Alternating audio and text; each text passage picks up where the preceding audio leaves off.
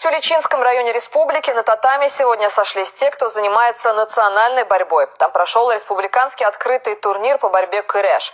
На состязаниях юных батыров побывала наша съемочная группа. Уже с малых лет эти дети знают, что такое сила и смелость, и борьба национальная. На этот турнир в Тюльчинском районе собрали маленьких звезд кырэш. Среди них и Никита Трофимов. Приехал на состязание из Казани. Я хожу на борьбу 7 лет, с первого класса. А также я на соревнованиях, таких не в первый раз, но были соревнования, где я и выиграл, но и сейчас проиграл тоже. Тоже достойно.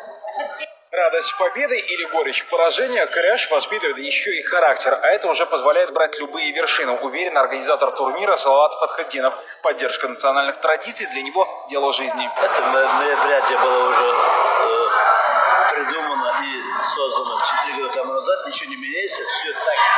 Самое главное, лучше и лучше. Борьба – это наша составляющая.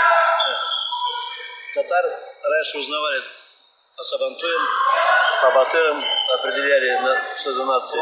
Поэтому, я думаю, с этого надо начинать.